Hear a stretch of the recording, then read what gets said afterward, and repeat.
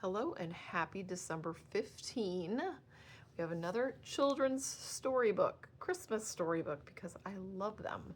The neat thing is that this author is from Michigan, and she bases her stories on her family. She said it says that she often looks to her own family history for the unforgettable stories that she creates in her picture books. So at the time of this writing in 2004, the author was residing in Union City, Michigan. And actually, at the beginning of this storybook, it gives a little intro. It says, every time I peel an orange and inhale the scent of it and feel the mist that sprays from its skin, I think of a very special Christmas and a flaxen-haired boy who lived many years before I was ever born. The boy was Frankie, my grandmother's youngest brother. Whenever my grandmother spoke of him, her eyes would soften, and I would feel how much she loved him. He was the youngest boy of 9 children in the Stowell family. My grandmother, Stella, was the oldest and felt that she had helped to raise them all. Frankie was the heart of the household, especially at Christmas. That was when the whole family would come together to celebrate and gather boughs of green to put on the mantle. Then they placed apples, dried flowers, cookies, and nuts in the greens, and finally, as the crowning touch, the oranges. 9 of them, one for each of the children born to the Stowell clan. Precious, rare oranges that their father had driven horse and buggy all the way to Lansing to fetch back home for Christmas. All right, it was early winter. A morning mist lingered over the frosty fields in Lock Center.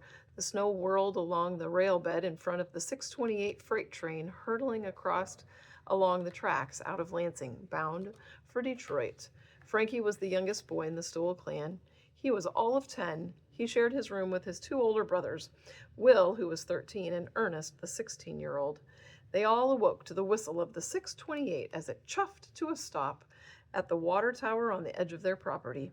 Frankie sprang out of bed and leapt to the window light. "She's steaming in and right on time," he sang out excitedly. The boys dressed as fast as they could and tumbled down the stairs to their ma's kitchen. There were chores to be done before school, and they had to help get breakfast for the guests that would soon arrive at their back door. The kitchen was already smelling like hoe cakes and warm molasses. The aroma of coffee and chicory was hanging low in the air. Thick rashers of bacon and salt pork were spitting and sizzling in the pan on the wood stove. Frankie's 3 younger sisters were already downstairs. Bertha turned out a skillet of cornbread to cool on the sideboard. She was 9, the oldest girl still at home. Alta, the 6-year-old, was getting eggs from the glassine crock to be fried up, while Ivan, the 3-year-old, played with corn dolls in the pantry. Frankie's 3 older sisters, Stella, Ada, and Mabel, had all gone to normal school and were teaching, though Stella, the oldest, had gotten married and was the mother of a 3-year-old girl. She and her husband were farming the spread right next over the holler. "Look, it's Mr. Dunkel. He's the engineer today," Will announced as he looked out the kitchen window light. Their ma looked and smiled, then surveyed the raggedy men, hobos, who were coming up to the house behind him. Here's one of the pictures.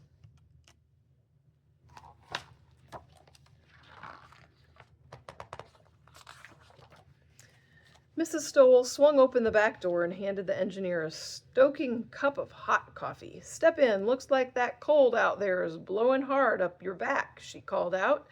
Then she served up a plate of hot hoe cakes for him.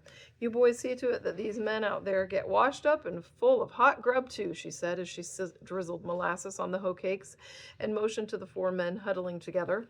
Ernest, Will, and Frankie toted baskets of food to the back door. Bertha set out a bucket of steaming water with a chunk of lye soap and a towel. The men dragged off their mufflers and hats, rolled up their threadbare sleeves, and washed themselves. "Much obliged," they muttered. Mr. Dunkel, like most of the engineers and bulls on this line, wasn't supposed to allow hobos on his train, but he knew times were hard and that those men got very little kindness from this old world, so he turned a blind eye. Frankie kept the hobo's cup filled with hot coffee. Most of them had come through before, except one. Frankie noticed that the man couldn't stop shivering. Wearing a fur hat, but a threadbare coat, he seemed much older than the others. He smiled warmly when Frankie filled his cup. Mrs. Stowell chatted with the men. She always called the travelers Mister, even though they had names like Boxcar Eddie or Too Tall Jake or Bull Trip Charlie. "What's your name, Mister?" Frankie finally asked the old man. The man's eyes softened. "Jump up, Billy," he said. When he reached up for Frankie to fill his cup again, Frankie could see under his coat. He didn't even have a shirt. Frankie raced up to his room and pawed through his sweater drawer. Most of the sweaters were too little for Frankie, let alone for a big old man like Jump Up Billy. Then Frankie pulled out his best sweater, the only one that would be big enough. He especially loved that sweater because Stella had knitted it for him last Christmas. But that old man needed it far more than he did. Frankie stuffed it under his waistcoat. He didn't want his ma to see what he was doing with it. Outside, he pulled the old man away from the others and, behind the shed, gave the sweater to him. The old man threw off his coat and eagerly pulled the sweater on, smiling as he stroked it. "Now, ain't this purty?" he whispered. "There's fire in her belly, boys. Time to set to rails," Mr. Dunkel called out after bolting down the last gulp of his coffee. Frankie hurriedly helped the old man on with his coat. "Best victuals this side of the Rockies, missus," Mr. Dunkel called out as he and the hobos crossed the field to the waiting train. There's the sweater.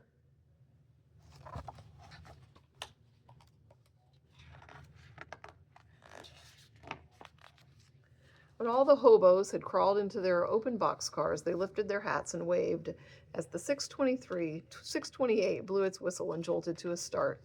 The big iron wheels pumped and spun in place as billows of steam hissed and puffed with each turn. Finally, the train jerked. All of the cars made a clanging sound, and the train was underway.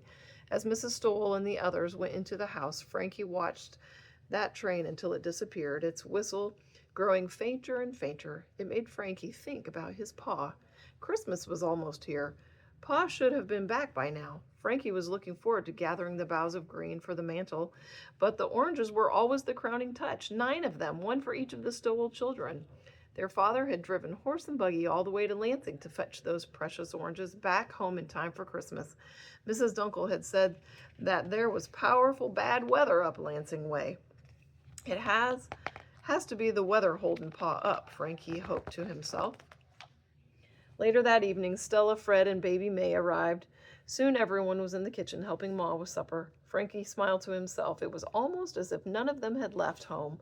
Everyone was together again. As they sat together to eat, Mrs. Stowell said a right perfect blessing. Frankie was so hungry and everything looked so good.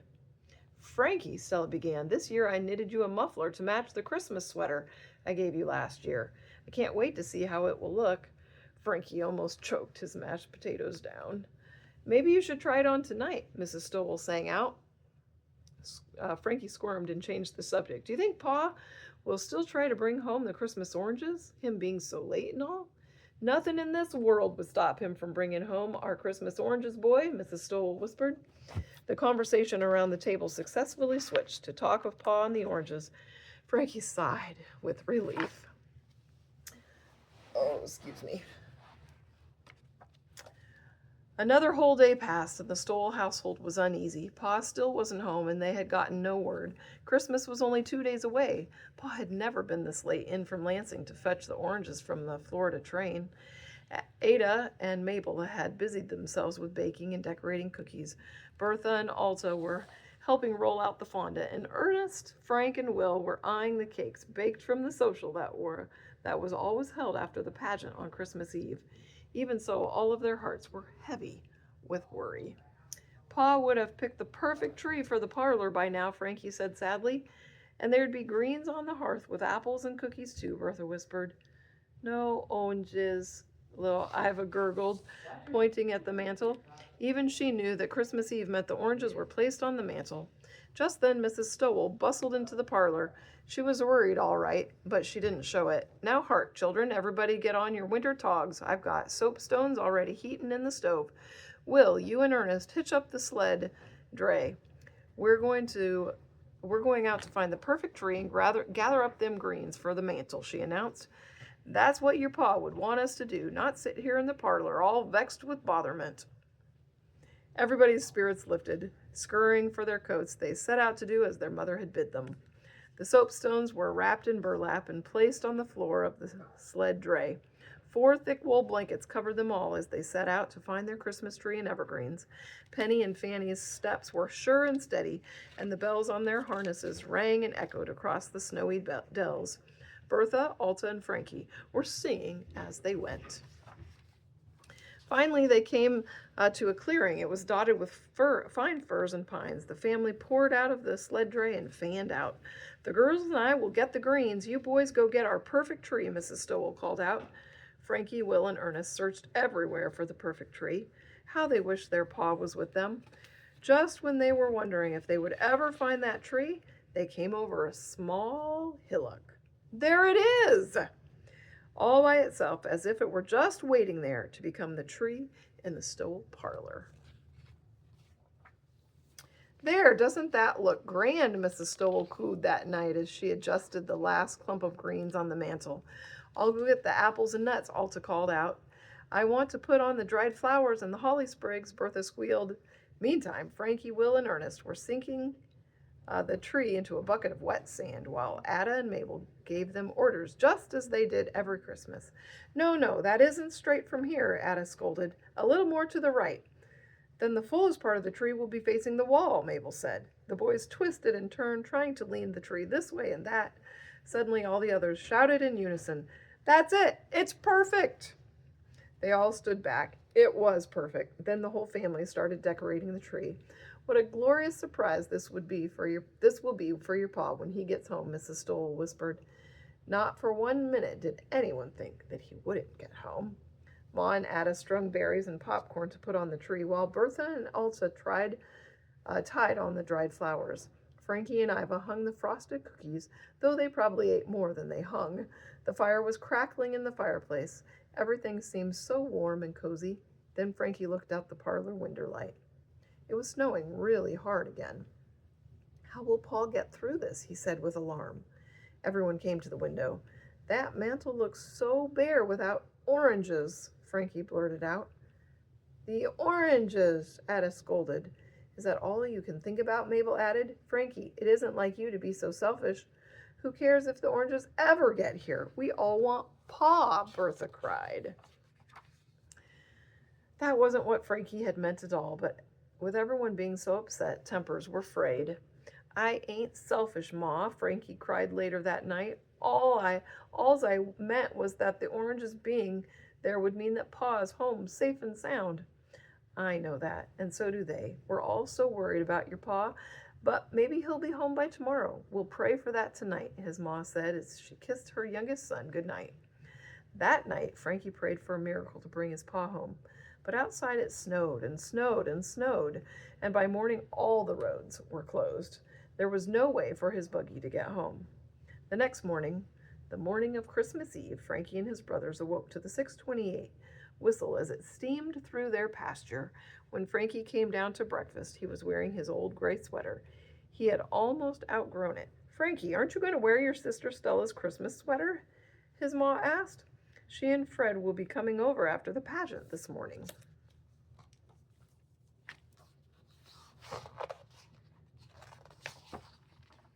Frankie was about to tell his ma the truth when Will called out, "It's Pa! It's Pa!" Everyone ran to the parlor. They almost swept their Pa clean off his feet with their hugs and kisses. "My little lambs, my precious little lambs," their Pa whispered as he hugged each of them. "Oh, Frank," Mrs. Stowell cried, "how ever did you get here?" "Well, when I met the train from Florida at the station to fetch home these here oranges, I could hardly see the engine, it was snowing so bad. Then I found out all the roads were closed. My heart fair broke." "But you're here, Pa," Will exclaimed. "But I wouldn't be if it hadn't been for Mr. Dunkel. He overheard me lamenting about not getting home, and he said there was only one thing for me to do, ride the 6:28. Why, he even let me sit up there in the engine with him all the way here, and he loaded the horse and buggy into a boxcar and brought them right along with us. Now, I just wonder what would make him think so kind on me and my family." Pa looked right over at Ma when he said that. "I tell you, Rosa, it was a miracle. That's what it was, a miracle." It being the morning of the eve of our Lord's birth, I think we have just exactly the right moment to put the oranges on the mantel afore the pageant over to the church, Pa said as he pulled the cover off the crate with the luscious oranges inside. Each of the children, young and old, took an orange out of the box and placed it on the mantelpiece. Then everyone stood and looked at them. How beautiful they were! 9 oranges nestled in the green, one for each of them. Hark now, children, don't be tempted to touch them. They are for our Christmas Eve supper tonight, Pa said as he went with the rest of the family to dress for church. Frankie loved this day most of all, and since he was already dressed, he stayed in the parlor. He walked over to the mantel and gazed at the splendid oranges. His heart sang that his Pa was home and safe. He looked at the oranges closer and closer. He could smell the pungent aroma of their skins. He noticed how they seemed to have pores, just like his own skin. Finally, he couldn't resist. He looked to see if anyone was in the kitchen. Even though he'd been told not to, he gently touched his orange. Then he picked it up. It smelled like sunshine. It was ripe and heavy with juice. He couldn't wait to taste it that night. Suddenly he heard someone coming. His mother. "Frankie," she called. He didn't have time to put the orange back on the mantel. He quickly stuffed it into his sweater. He'd put it back when they got home from the pageant, and no one would know that he had disobeyed his father. Here he is with his orange.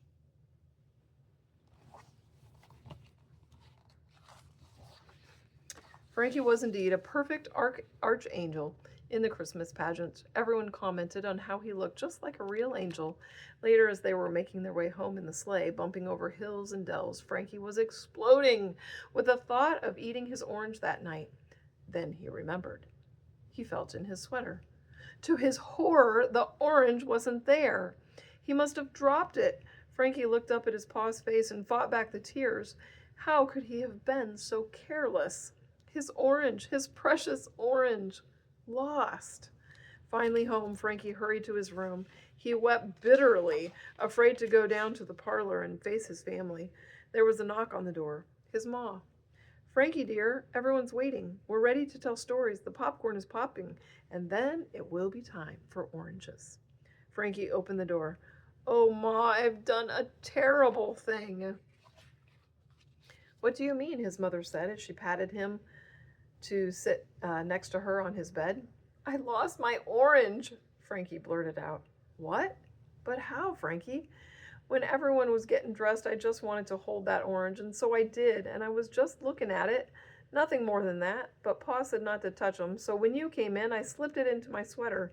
I was going to put it back, Ma." He stopped. "But I lost it." "Oh, my dear boy, your Pa went through so much to fetch those oranges home for us."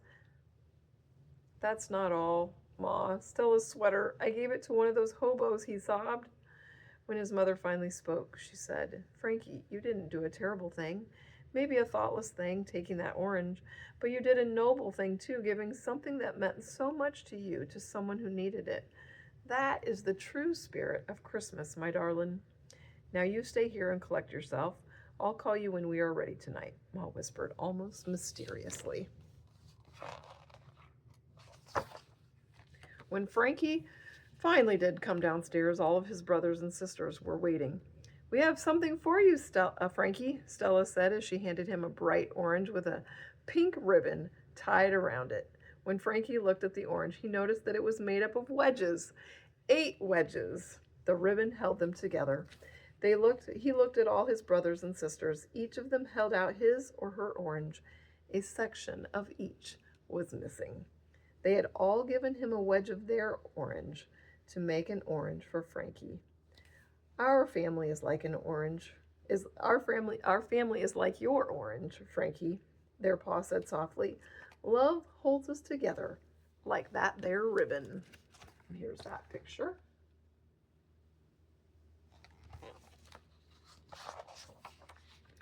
That was the most splendid Christmas ever for Frankie and for all the Stoles. The oranges were eaten, all 9 of them, savored down to the last bite. Stories were told in front of the fireplace. Popcorn was popped and eaten, and hot chocolate was slurped down with gusto. And when the family was snug in their beds that night, Frankie's Ma and Pa looked in on him. They would tell for years to come how beautiful he was, that he looked like a sleeping angel and how precious that particular Christmas was to all of them. It was always known ever after as Frankie's Christmas. Generations have passed since that day. Our dear Frankie never made it past childhood. That Christmas was his last, but the descendants of Stella and of her sisters and brothers still set out greens with oranges on their stoves and mantels. We all do this every Christmastide.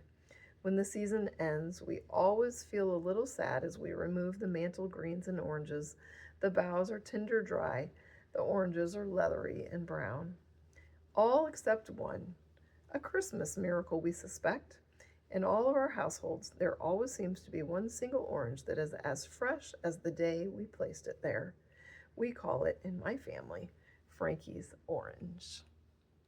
What a fun little story. Fun, fun, fun. I think that's the end of it. Yep, that is it. Anyways, a fun little story about Christmas.